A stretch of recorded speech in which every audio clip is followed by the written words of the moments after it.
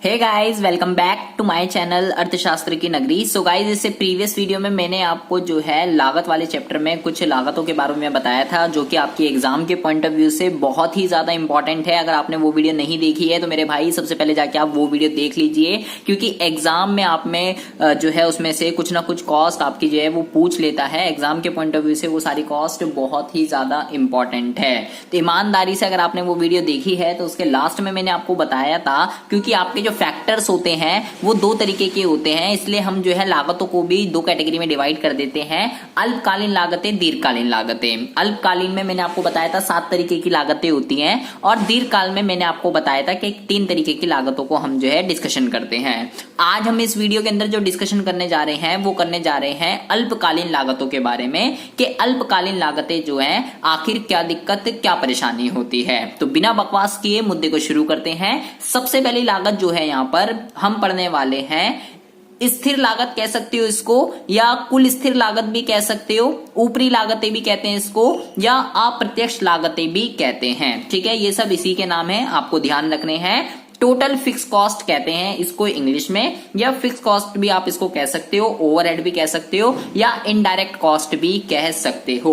अब ये क्या दिक्कत, क्या परेशानी होती है, इसके नाम से ही आपको पता चल रहा है कि स्थिर लागत क्या है। इसका नाम स्थिर लागत, टोटल फिक्स कॉस्ट, जो स्थिर है, फिक्स है। बहुत ही ज्यादा ध्यान से सुनेंगे इसकी डेफिनेशन। अगर आपसे वो पूछे तो आपको क्या लिखना है कि भाई स्थिर लागत जो है वो लागतें होती हैं जो उत्पादन बढ़ने पर या उत्पादन घटने पर बढ़ती या घटती नहीं है, बल्कि स्थिर रहती हैं, फिक्स रहती हैं। उन सभी लागतों को जो है स्थिर लागत कहते हैं। ठीक है जी। अच्छा जी, जैसे कि फॉर एग्जाम्पल के लिए बहुत ही ज्यादा ध्यान से सुनेंगे। मान लीजिए मैंने यहाँ पे लिया क्यू बोले तो उत्पादन, ठीक है, और यहाँ पे मैंने ले लिया लाइक TFC, ठीक है, कॉस्ट। देखिए, मान लीजिए मैंने जब एक भी प्रोडक्शन नहीं करी, 1 प्रोडक्शन करी, 2 प्रोडक्शन करी, 3 प्रोडक्शन करी, ठीक है, तो ये क्या होगा, उत्पादन चाहे मैं बढ़ाऊं चाहे मैं घटाऊं, ये क्या होगा, ये फिक्स रहती हैं। प्रोडक्शन बढ़ने पर और प्रोडक्शन घटने पर ये बढ़ती और घटती नहीं है। ठीक है, लाइक मान लीजिए 10 10 10 10, ये क्या है, ये फिक्स रहेंगी। 10 होनी है तो 10 ही होनी है। जैसे कि फॉर एग्जाम्पल के लिए जो खर्चे फिक्स होते हैं, जो होने ही होते हैं, चाहे मैं प्रोडक्शन करूं चाहे मैं प्रोडक्शन ना करूं, वो खर्चे तो होंगे ही होंगे। जैसे कि फॉर एग्जाम्पल के लिए, उदाहरण के लिए, कौन कौन से ऐसे खर्चे होते हैं, जैसे कि फॉर एग्जाम्पल के लिए इमारत का किराया कह सकते हो आप, रेंट ऑफ बिल्डिंग, ठीक है, इमारत का किराया कह सकते हो जो कि देना ही देना है, या ये कह सकते हो ऋण पर ब्याज, जो भी आपने जो है लोन ले रखा है उसका आपका इंटरेस्ट जो है वो जाएगा ही जाएगा, या ये कह सकते हो स्थायी श्रमिकों का वेतन।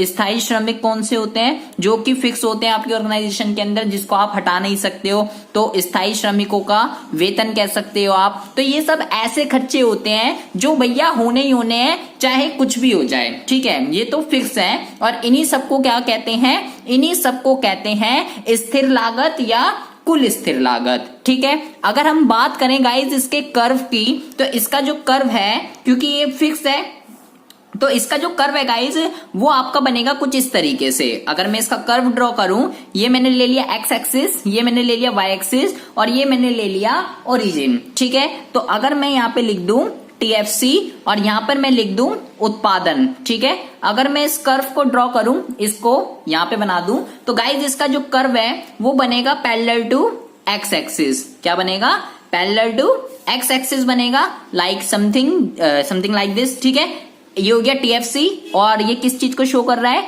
ये हो गया 10। क्या बता रहा है ये बता रहा है कि चाहे आप 1 उत्पादन करो, चाहे आप 2 उत्पादन करो, चाहे आप 3 उत्पादन करो, कॉस्ट भैया 10 तो आएगी आएगी, ये तो फिक्स है ही है। तो वो सारे खर्चे, वो सारी लागतें जो उत्पादन बढ़ने पर या उत्पादन घटने पर बढ़ती या घटती नहीं है, बल्कि फिक्स रहती हैं, उसको जो है स्थिर लागत, कुल स्थिर लागत, ऊपरी लागत या अप्रत्यक्ष लागत कहते हैं। ठीक है, सबसे मोस्ट इंपॉर्टेंट बात आपको गाइज यहाँ पर क्या ध्यान रखनी है, सबसे मोस्ट इंपॉर्टेंट इंपॉर्टेंट बात आपको ये ध्यान रखनी है कि यहां पर आप एक चीज देख रहे हो कि जब मैं प्रोडक्शन नहीं कर रहा, जब मेरी प्रोडक्शन जो है वो 0 है, तब भी फिक्स कॉस्ट क्या हो रही है, तब भी फिक्स कॉस्ट 10 हो रही है, क्योंकि ये तो होगा ही होगा। जैसे कि ये मैंने आपको खर्चे बताया, भाई रेंट जाएगा ही जाएगा, मैं प्रोडक्शन करूं या मैं प्रोडक्शन ना करूं, भाई ठीक है, मैंने जो लोन लिया है उस पे इंटरेस्ट जाएगा ही जाएगा, मैं प्रोडक्शन करूं या ना करूं। मेरे जो स्थायी है, फिक्स श्रमिक है, जो फिक्स लेबर है, उनको सैलरी जाएगी, प्रोडक्शन हो या ना हो। तो आपको गाइज यहाँ पर सबसे इंपॉर्टेंट बात क्या ध्यान रखनी है कि उत्पादन शून्य होने पर भी, क्या बोला मैंने, उत्पादन शून्य होने पर भी टीएफसी जो है वो होती ही होती है। ठीक है, ये होती ही होती है। ठीक है, टीएफसी, एक तो ये बात ध्यान रखनी है टीएफसी के बारे में। दूसरी आपको क्या ध्यान रखना है, दूसरा आपको ये ध्यान रखना है, TFC does not equal to 0। टीएफसी कभी भी शून्य नहीं हो सकती है, चाहे प्रोडक्शन 0 हो जाए। ठीक है जी, ये दो बातें आपको घोल कर पी जानी है टीएफसी के बारे में। ठीक है, अच्छा अब अगर हम बात करें दूसरी लागत की, तो इसका नाम है परिवर्ती लागत। कुल परिवर्ती लागत भी कह सकते हो आप इसको, प्रमुख लागत भी कह सकते हो, प्राइम कॉस्ट, या प्रत्यक्ष लागत, डायरेक्ट कॉस्ट भी आप इसको कह सकते हो, या विशिष्ट लागत, स्पेशल कॉस्ट भी आप इसको कह सकते हो। ये पांचों के पांचों इसी के नाम हैं। इंग्लिश में इसको कहते हैं टोटल वेरिएबल कॉस्ट, या वेरिएबल कॉस्ट भी आप इसको कह सकते हो। अब ये क्या दिक्कत परेशानी है, ये बिल्कुल उसकी उल्टी है। भाई मैंने वहां पे आपको क्या बोला था, टीएफसी क्या है, जो उत्पादन बढ़ने पर या उत्पादन घटने पर बढ़ती या घटती नहीं है, बल्कि फिक्स रहती हैं, और इसका नाम है वेरिएबल। तो ये क्या है, परिवर्ती लागतें वो लागतें होती हैं जो उत्पादन बढ़ने पर बढ़ती हैं और उत्पादन घटने पर घटती हैं, और उत्पादन शून्य होने पर बिल्कुल भी नहीं होती हैं। जैसे कि फॉर एग्जांपल के लिए मैंने यहाँ पे लिया Q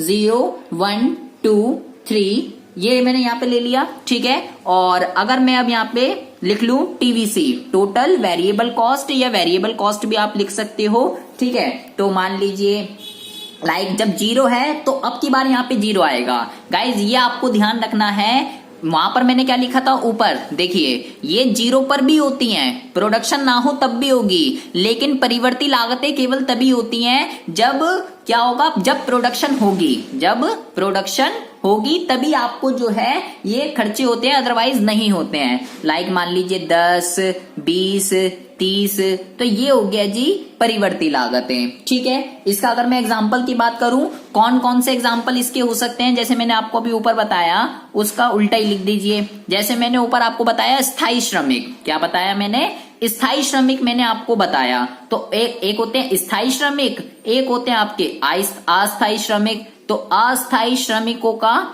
वेतन, ठीक है, ये कह सकते हो आप इसका एग्जाम्पल। ठीक है, और क्या क्या हो सकता है इसका, और ये कह सकते हो कच्चे माल की खरीद, कच्चे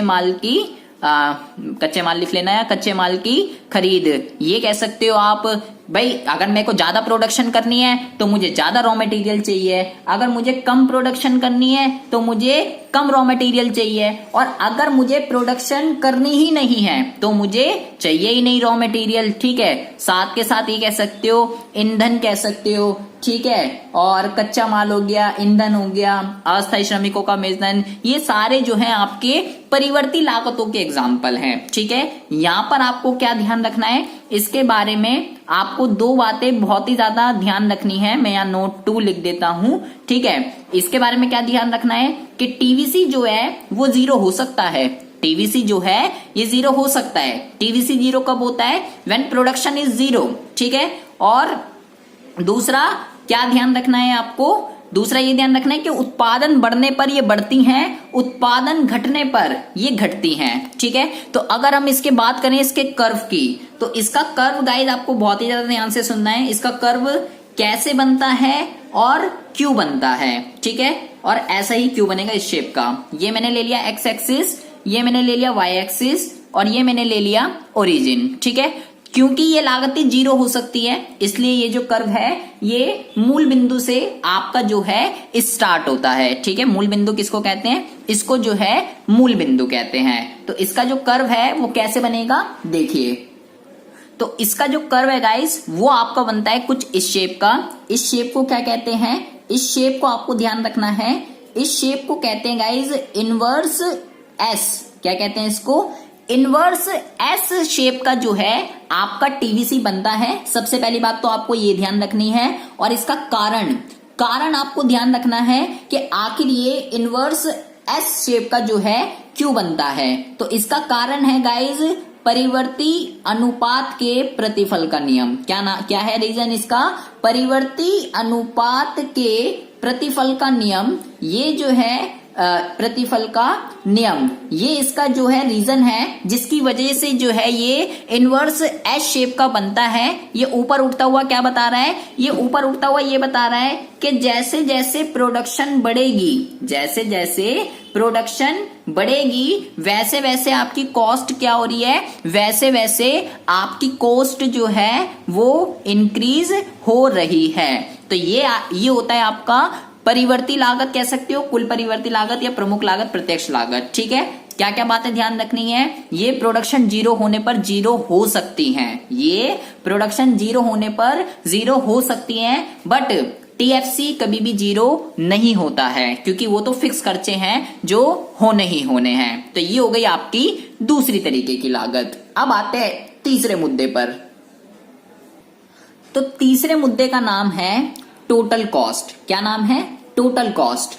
टोटल कॉस्ट जो है गाइस वो टीएफसी और टीवीसी इन दोनों का जो है सम होता है। कुल लागत जो है वो कुल स्थिर लागत और कुल परिवर्ती लागत, इन दोनों लागतों का जो है जोड़ होता है। ठीक है, तो अभी हमने पीछे जो है ये वाला कर्व पढ़ा, ये वाला कर्व पढ़ा। ठीक है, तो यहाँ पर आपको सबसे पहले तो क्या ध्यान रखना है, सबसे इंपॉर्टेंट बात यहाँ पे आपको ये ध्यान रखनी है कि भाई TC is equal to TFC plus TVC, ये होता है। ठीक है, और अभी मैंने आपको बताया कि भाई जो टीएफसी है वो कभी भी जीरो नहीं हो सकता। ठीक है, लेकिन टीवीसी जो है वो जीरो हो सकता है। ठीक है, टीवीसी जीरो हो सकता है। तो भैया इसका क्या मतलब हुआ, TC is equal to TFC plus, ये तो जीरो हो सकता है, ये हो गया जीरो, और मतलब TC is equal to TFC. ये वाली सिचुएशन जो है क्रिएट हो सकती है। ये सिचुएशन कब क्रिएट होगी, जब उत्पादन जो है शून्य होता है। जब उत्पादन शून्य होता है तब ये वाली सिचुएशन जो है क्रिएट होती है। कब होगी, उत्पादन शून्य जब होगा तो टीवीसी जीरो होगी। अभी मैंने आपको बताया भाई जब प्रोडक्शन जीरो होती है, जब उत्पादन जीरो होता है तो परिवर्ती लागतें नहीं होती हैं, इसलिए मैंने यहाँ पे जीरो पुट कर दिया। ठीक है, जब उत्पादन शून्य है, लेकिन ये कभी भी जीरो नहीं होगी। मतलब कि जब उत्पादन शून्य होता है तो जो कुल स्थिर लागत होती है वही कुल लागत के बराबर होती है। गाइज ये फॉर्मूला आपको घोल कर पी जाना है, ये आपका आगे जितने भी न्यूमेरिकल हैं उसमें आपका बहुत ही ज्यादा काम आना है। तो ये फॉर्मूला आप अच्छे से घोल कर पी जाएंगे। ठीक है, तो TC is equal to TFC होता है व्हेन प्रोडक्शन इज जीरो। ठीक है, अगर हम बात करें इसके कर्व की, क्योंकि ये दोनों का अच्छा यहाँ पे एक और बात ध्यान रखनी है, कभी कभार वो आपसे ये भी पूछ सकता है कि जो टीसी है क्या वो कभी टीवीसी के बराबर हो सकता है।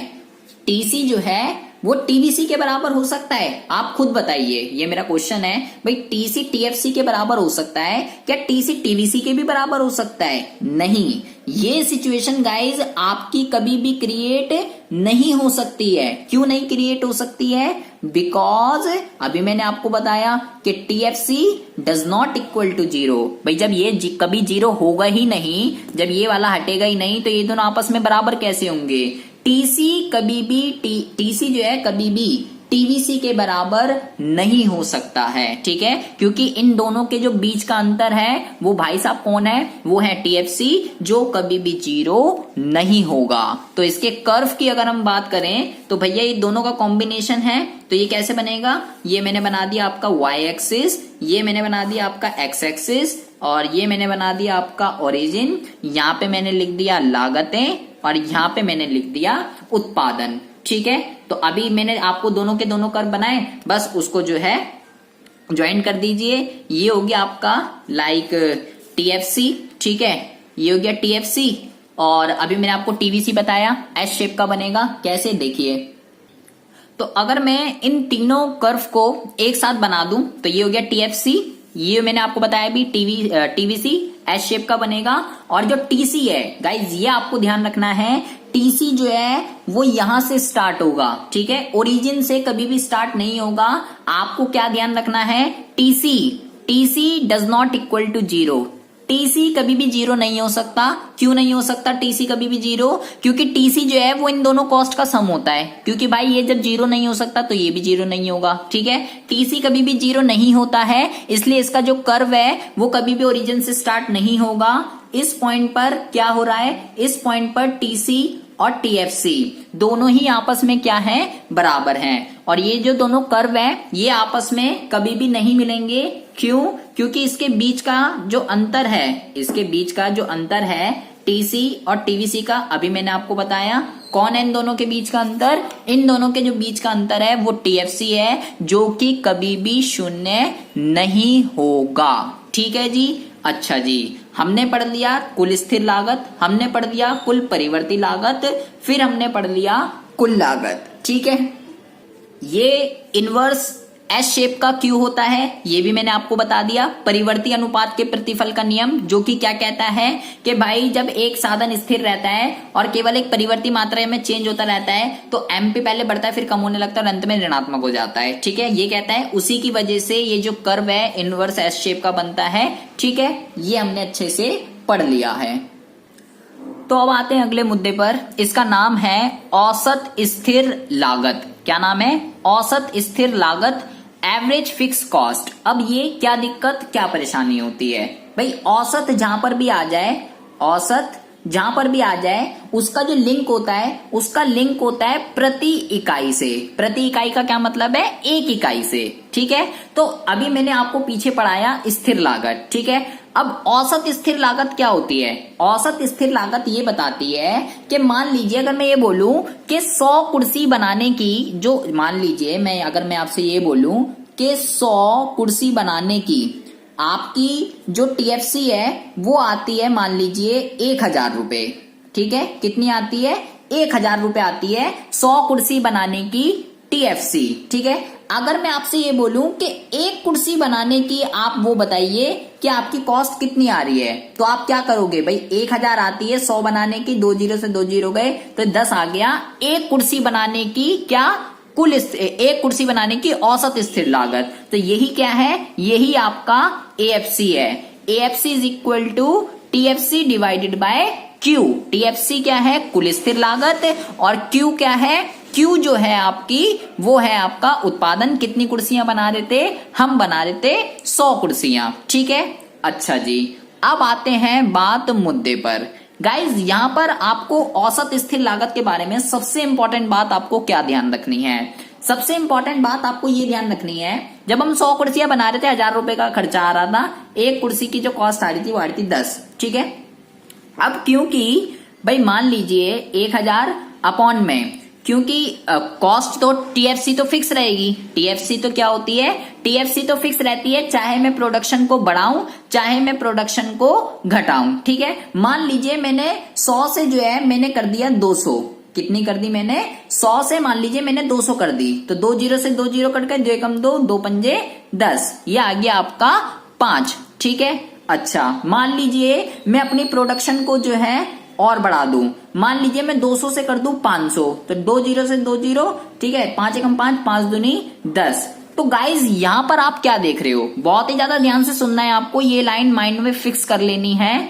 जैसे जैसे आप अपनी प्रोडक्शन को बढ़ा रहे हो, जैसे जैसे आप अपनी प्रोडक्शन को बढ़ा रहे हो, पहले आप 100 कुर्सियां बना रहे थे, फिर आप 200 कुर्सियां बनाने लग गए, फिर आप 500 कुर्सियां बनाने लग गए, तो आपकी जो एएफसी है, आपकी जो एएफसी है वो क्या हो रही है? वो घट रही है। पहले जब आप 100 बना रहे थे तो 10 आ रही थी प्रति इकाई, फिर आ रही है आपकी 5, फिर आ रही है आपकी 2, ठीक है। तो गाइज यहां पर आपको ये ध्यान रखना है कि जैसे जैसे प्रोडक्शन बढ़ती है, लाइन को दिमाग में फिक्स कर लेना है। क्या बोल रहा हूं मैं? जैसे जैसे आप अपनी प्रोडक्शन को बढ़ाते रहते हो वैसे वैसे आपकी प्रति इकाई औसत स्थिर लागत जो है वो घटती रहती है। ठीक है, और ऐसा क्यों होता है? ऐसा इसलिए होता है क्योंकि जो आपकी टीएफसी है वो आपकी फिक्स रहती है, स्थिर रहती है, इस वजह से ऐसा होता है। ठीक है, और इसी वजह से अगर हम बात करें इसके कर्व की, तो गाइज इसका कर्व अगर आपको ड्रॉ करना हो तो इसका कर्व बनता है कुछ इस तरीके से। देखिए, ये मैंने ले लिया एक्स एक्सिस, ये मैंने ले लिया वाई एक्सिस। ठीक है, यहां पर मैंने ले लिया आपका एएफसी। ठीक है, और यहां पर मैंने ले लिया आपका उत्पादन। ठीक है, तो इसका जो कर्व है, बहुत ही ज्यादा ध्यान से सुनेंगे कैसे बनेगा इसका कर्व। इसका जो कर्व है गाइज वो आपका बनता है कुछ इस तरीके से। ठीक है, इसका कर्व कैसे बनता है? इसका कर्व आपका बनता है कुछ इस तरीके से, जो कि क्या बताता है कि भाई जैसे जैसे प्रोडक्शन बढ़ती रहेगी, जैसे जैसे प्रोडक्शन बढ़ती रहेगी, जैसे कि Q1 हो गया, Q2 हो गया, Q3 हो गया, Q4 हो गया, वैसे वैसे क्या हो रहा है? वैसे वैसे आपका जो AFC है वो क्या होता रहता है? वो कम होता रहता है। ठीक है, इसके बारे में आपको जो है क्या बातें ध्यान में रखनी है? इसके बारे में आपको बातें ध्यान में रखनी है। सबसे इंपॉर्टेंट बात ये जो है गाइज, आपका जो है इस शेप को क्या कहते हैं? इस शेप को कहते हैं रेक्टेंगुलर हाइपरबोला। क्या कहते हैं इसको? रेक्टेंगुलर हाइपरबोला जो है इस शेप को कहते हैं। ये ऐसा क्यों बना है? क्यों एएफसी जो है रेक्टेंगुलर हाइपरबोला शेप का होता है? क्योंकि जैसे जैसे प्रोडक्शन बढ़ती है वैसे वैसे आपका एएफसी है जो घटता रहता है, क्योंकि टीएफसी जो है वो स्थिर रहता है, इसलिए एएफसी की जो शेप है वो रेक्टेंगुलर हाइपरबोला शेप की होती है। दूसरी बात आपको ये ध्यान रखनी है कि एएफसी जो है कभी भी जीरो नहीं हो सकता है। ठीक है, घटता जाएगा लेकिन कभी भी जीरो जो है नहीं होगा। क्यों नहीं होगा? बिकॉज आपका जो टीएफसी है, आपका जो टीएफसी है वो कभी भी जीरो नहीं होता है। ठीक है, और तीसरी बात आपको क्या ध्यान रखनी है? तीसरी बात आपको ये ध्यान रखनी है, can not touch x axis and y axis. ये ना तो एक्स एक्सिस को टच करेगा इस तरफ, इसको एक्स अक्ष कहते हैं, और इसको वाई अक्ष कहते हैं। ना तो ये ऊपर यहाँ पे टच करेगा और ना ही यहाँ पर टच करेगा, ये ऐसे अनंत की ओर बढ़ता रहता है। तो ये बातें आपको जो है एएफसी के बारे में, औसत स्थिर लागत के बारे में आपको ध्यान रखनी है। कैसी शेप है? Rectangular hyperbola. क्यों है वो भी मैंने आपको बता दिया है। ठीक है, कभी भी जीरो नहीं हो सकता है, ये भी मैंने आपको बता दिया है। क्या होती है औसत स्थिर लागत? प्रति इकाई स्थिर लागत। क्या? प्रति इकाई, एक बनाने की, एक वस्तु बनाने की प्रति इकाई स्थिर लागत आपकी कितनी आ रही है, उसको कहते हैं औसत स्थिर लागत। ठीक है जी, अच्छा जी। तो अगले मुद्दे का नाम है औसत परिवर्ती लागत। ठीक है, तो भाई अभी मैंने आपको पीछे बताया औसत का मतलब प्रति इकाई से होता है, तो अब ये क्या शो करेगा? ये शो करेगा प्रति इकाई परिवर्ती लागत। क्या शो करेगा ये शो करेगा प्रति इकाई परिवर्ती लागत आपकी जो है कितनी आ रही है। ठीक है, मतलब कि एवीसी जो है वो क्या है? वो है टीवीसी। एएफसी क्या है? एएफसी जो है वो टीएफसी डिवाइडेड बाय क्यू है। ऐसे ही एवीसी क्या है? एवीसी जो है वो टीवीसी डिवाइडेड बाय क्यू है। मान लीजिए 100 कुर्सियां बनाने की, 100 कुर्सियां बनाने की आपकी लागत 1 लाख रुपए आती है। ठीक है, परिवर्ती लागत। तो एक की कितनी आएगी? 2 जीरो से 2 जीरो कट गए, ये आ गई आपका 1000 रुपए। कितनी आ गई? 1000 रुपए। तो प्रति इकाई परिवर्ती लागत कितनी हो गई? 1000। ठीक है, अब इसके बारे में अगर हमें बहुत ही ज्यादा ध्यान से सुनना है, ये कर्व कैसे बनेगा, क्यों बनता है, एक एक चीजें आपको इसके बारे में घोलकर पी जानी है। ठीक है, देखिए इसका जो कर्व है गाइस बहुत ही ज्यादा इंपॉर्टेंट है, बहुत ही ज्यादा एक एक चीज आपको गोल कर पीनी है। ये हो गया एक्स एक्सिस, ये हो गया वाई एक्सिस, ये हो गया ओरिजिन। ठीक है, यहां पर मैंने ले लिया आपका एवीसी। ठीक है, और यहां पर मैंने जो है ले लिया आपका उत्पादन। ठीक है, तो अब ये वाली जो लागतें हैं, इस लागत का जो कर्व है वो कैसे बनता है? इस लागत का जो गाइस कर्व है वो आपका बनता है यू शेप्ड का। कैसा बनता है? यू शेप्ड का, लाइक दिस। ठीक है, तो ये क्या है? ये हो गया आपका एवी सी। क्या हो गया ये हो गया आपका एबीसी, औसत परिवर्ती लागत। इसका क्या मतलब होता है, बहुत ही ज्यादा ध्यान से सुनेंगे, क्यों होता है ऐसा ये भी मैं आपको बताता हूं, ठीक है।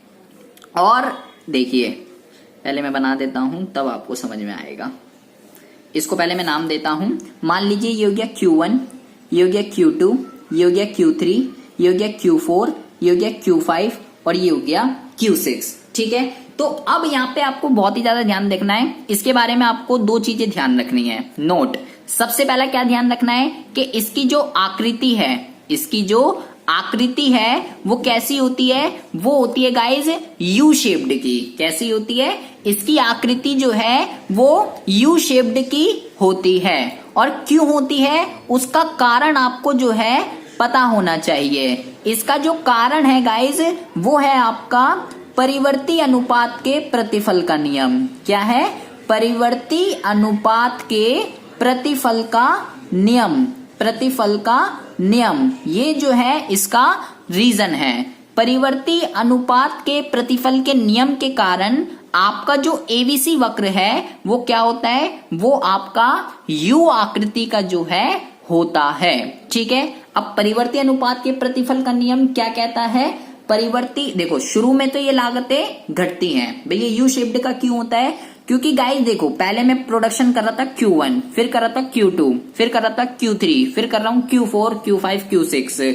तो शुरू में तो क्या हो रहा है, यहां से आप देखेंगे शुरू में तो ये लागतें जो हैं घटती जा रही हैं, घटती जा रही हैं। जैसे मैं प्रोडक्शन को बढ़ाए जा रहा हूं, ये जो है घटती जा रही है। बट एक स्टेज ऐसी आई यहाँ पर, एक स्टेज ये वाला जो Q4 मैंने प्रोडक्शन कर रहा था, यहाँ पर ये मिनिमम है, ठीक है। उसके बाद जब मैं Q4 से Q5 पर आया तो ये लागतें क्या हो रही हैं, ये लागतें Q5 पे आया बड़ी, फिर Q5 से मैंने और बढ़ा दिया तो ये लागतें जो हैं और फिर बढ़ने लग गई। ये यू आकृति का इसलिए होता है क्योंकि शुरू में तो ये लागतें घटती जाती हैं, परंतु एक न्यूनतम अवस्था पर पहुंचने के बाद बढ़ने लगती हैं। इसका जो रीजन है वो है परिवर्ती अनुपात के प्रतिफल का नियम, कि जब शुरू में एमपी जो है क्या होता है, पहले बढ़ता है फिर कम होने लगता है, ठीक है। इसकी वजह से और फिर जो है ऋणात्मक हो जाता है, इसकी वजह से एबीसी कर्व जो है वो यू आकृति का होता है, ठीक है।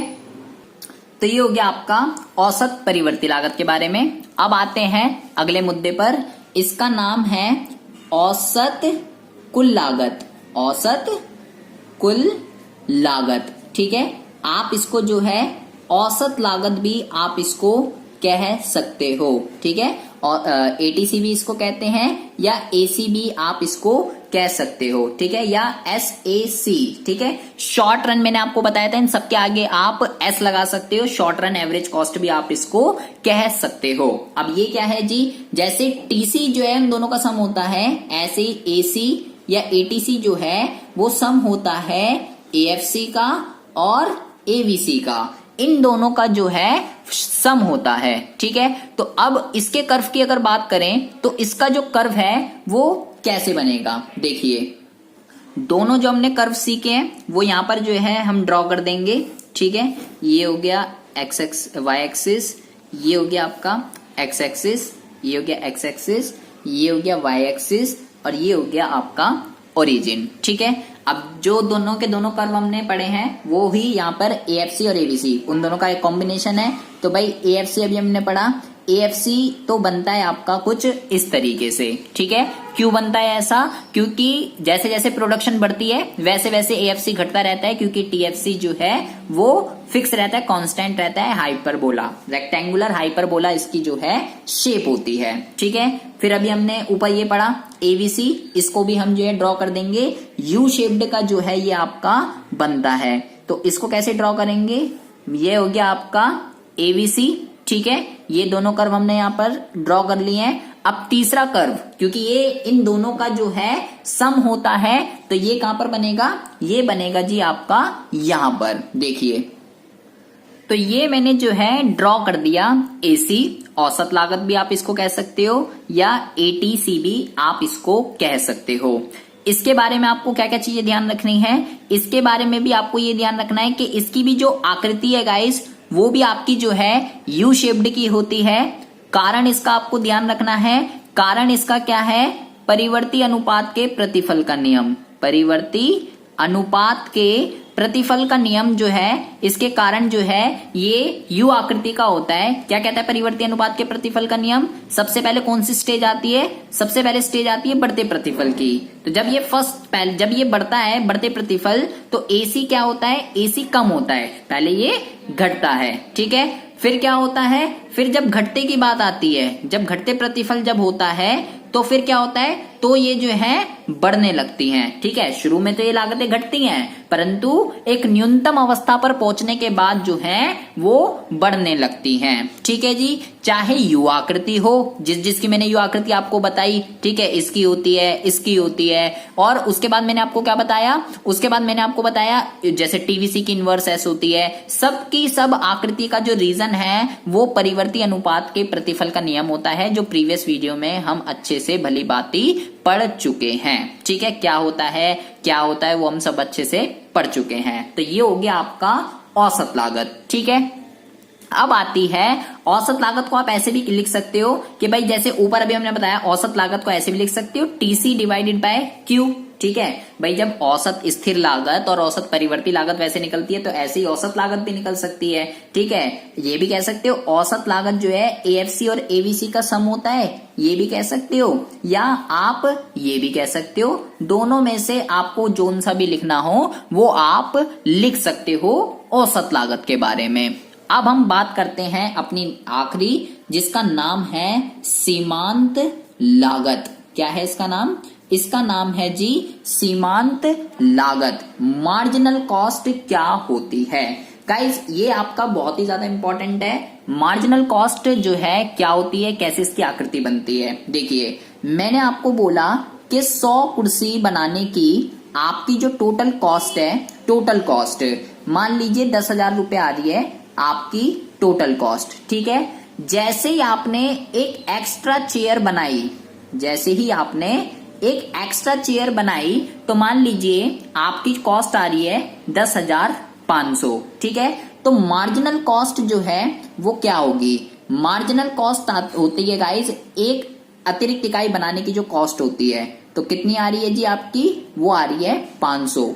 वस्तु की एक अतिरिक्त इकाई उत्पन्न करने से आपकी कुल लागत के अंदर जो इंक्रीमेंट होती है उसको कहते हैं सीमांत लागत, मार्जिनल कॉस्ट। इसका जो फॉर्मूला होता है वो होता है TCN माइनस 1, ठीक है। ये इसका जो है फॉर्मूला होता है। बात करें अगर इसके कर्व की, ठीक है, या ये भी कह सकते हो डेल्टा टीसी अपॉन में डेल्टा क्यू, ये भी इसका फॉर्मूला होता है। ये भी क्या बोला मैंने कि उत्पादन में चेंज आने से आपकी कुल लागत में कितना चेंज आ रहा है, उसी को क्या बोलते हैं? उसी को कहते हैं सीमांत लागत, ठीक है। अब इसके अगर हम कर्व की बात करें तो इसका जो कर्व है वो कैसे बनता है? मान लीजिए ये हो गया आपका y एक्सिस और ये हो गया आपका x एक्सिस, ये हो गया x एक्सिस, ये हो गया y एक्सिस और ये हो गया आपका ओरिजिन, ठीक है। तो ये भी जो कर्व है गाइज, ये आपका जो है ये भी बिल्कुल यू आकृति का होता है, ठीक है। रीजन क्या है इसका? क्या बातें ध्यान में रखनी है इसके बारे में भी आपको ध्यान में रखना है कि इसकी जो आकृति होती है वो आपकी यू आकृति होती है, यू शेप की होती है। कारण क्या है इसका? बिल्कुल सेम वही है, क्या जी? परिवर्ती अनुपात के प्रतिफल का जो नियम होता है, उसी रीजन की वजह से ये सारी की सारी जो आकृतियां होती हैं ये कैसी होती हैं? ये होती हैं आपकी यू शेप्ड की या इनवर्स एस शेप की, ठीक है। तो भैया हमने साथ ही साथ अल्पकालीन लागतों के बारे में डिस्कशन कर लिया। अब आते हैं सबसे मेन मुद्दे पर। देखिए, अब क्योंकि अल्पकाल में क्या होता है, अल्पकाल में एक तो स्थिर लागतें होती हैं, कुछ परिवर्ती होती हैं। इसको आप ऐसे भी लिख सकते हो, और आपको ये ध्यान रखना है इसके, मान लीजिए इस पर्टिकुलर प्रोडक्शन के लिए OQ के इसका ये जो इसके अंदर ये जो जितना भी एरिया आ रहा है, ये वाला, ये पोर्शन जो आ रहा है, ये वाला, ये क्या होता है? ये होता है आपका टीवीसी। क्या होता है? ये आपका जो होता है टीवीसी होता है। तो तीसरा फॉर्मूला इसका आप ये भी कह सकते हो कि ये जो है आपका टीवीसी जो है सिग्मा एमसी के बराबर होता है। टीवीसी जो है वो किसके बराबर होता है, वो सिग्मा एमसी के बराबर होता है। ये बात आपको जो है यहाँ पर ध्यान रखनी है, बहुत ही ज्यादा इंपॉर्टेंट है। ठीक है जी, ये सारे के सारे फॉर्मूले आपको न्यूमेरिकल में काम आएंगे। ये गाइस बहुत ही ज्यादा इंपॉर्टेंट है, ये तो आपको घोल कर पी जाना है। क्या है ये, अगर मैं इन चारों की चारों कॉस्टों को एक ही कर्व पर बनाऊं, मतलब कि एक ही चित्र में मैं एसी, एएफसी, एवीसी और एमसी, अगर मैं इन चारों कर्व को एक साथ बनाना चाहूं तो ये जो कर्व है कैसे बनेगा। ठीक है, आपको देखो ये क्या ध्यान रखना है, ये कर्व बहुत ही ज्यादा इंपॉर्टेंट है एग्जाम के पॉइंट ऑफ व्यू से। मैंने एसी कर्व बताया आपको, एएफसी बताया और एबीसी बताया। तो अगर मुझे एमसी कर्व ड्रॉ करना हो तो एमसी कर्व कैसे ड्रॉ होगा, ये बात आपको बहुत ही ज्यादा ध्यान रखनी है कि एमसी कर्व जो है वो एसी कर्व को और एवीसी कर्व को जो है उसके न्यूनतम बिंदु पर क्या करके जाता है, उसके न्यूनतम बिंदु पर काटता हुआ इंटरसेक्ट करता हुआ जो है जाता है। जैसे कि आप यहां पर देख रहे हो, ये एवीसी कर्व है, इसका न्यूनतम पॉइंट ये है तो ये यहां से जा रहा है, और एसी है, इसका न्यूनतम पॉइंट ये है तो ये जो है आपका यहां से जा रहा है और इसके मिनिमम पॉइंट पर इसको काट कर जा रहा है। ठीक है, तो एमसी कर्व जो है एसी और एवीसी कर्व को जो है उसके न्यूनतम बिंदु पर काट कर जाता है, ये आपको ध्यान रखना है। ठीक है, इसके बारे में अगर हम बात करें कि इस चित्र की मुख्य विशेषता ये है कि एमसी वक्र जो है वो एसी और एवीसी दोनों वक्रों को उसके न्यूनतम बिंदु पर काटता है। ठीक है, एएफसी वक्र का आकार बाएं से दाएं नीचे की ओर ढालू होता है, क्योंकि जैसे जैसे उत्पादन बढ़ता है वैसे वैसे एएफसी जो है वो घटता रहता है। ये मैं आपको बता चुका हूं, रेक्टेंगुलर हाइपरबोला उसकी शेप होती है। एवीसी वक्र का आकार यू आकृति का होता है, शुरू में ये लागतें घटती जाती हैं और न्यूनतम अवस्था पर पहुंचने के बाद बढ़ने लगती हैं, ये भी मैं आपको बता चुका हूं।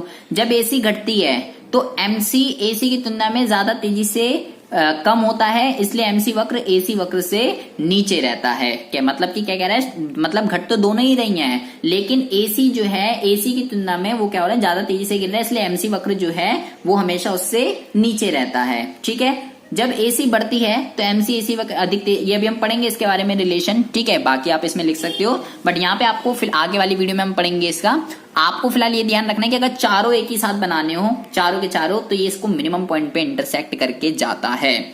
इसमें आपको कुछ भी समझ ना आया हो, कोई भी डाउट हो, कोई भी इशू हो, आप मेरे को कमेंट बॉक्स में कमेंट कर सकते हैं। चैनल पर अगर पहली बार आए हो तो प्लीज इस चैनल को सब्सक्राइब करके बेल आइकन को जरूर प्रेस कर लीजिए। आपके लिए मैं ऐसी इंटरेस्टिंग वीडियो रोजाना इस चैनल पर अपलोड करता रहता हूं। मिलते हैं आपसे नेक्स्ट वीडियो में ऐसी इंटरेस्टिंग टॉपिक के साथ, जिसमें हम डिस्कशन करेंगे एमसी एसी, इसके बारे में, इसके रिलेशन के बारे में, इसके संबंध के बारे में, और एमसी का एवीसी के साथ, ये जिसके मिनिमम पॉइंट पे जो इंटरसेक्ट करके जा रहा है, आखिर ऐसा क्यों होता है, क्या इसके बीच में रिलेशन होता है, इन दोनों टॉपिक्स के बारे में डिस्कशन करेंगे, जो कि एग्जाम के पॉइंट ऑफ व्यू से बहुत ही ज्यादा इंपॉर्टेंट है। ठीक है, तो मिलते हैं आपसे नेक्स्ट वीडियो में ऐसी इंटरेस्टिंग टॉपिक के साथ, तब तक के लिए have a good day, bye bye, take care.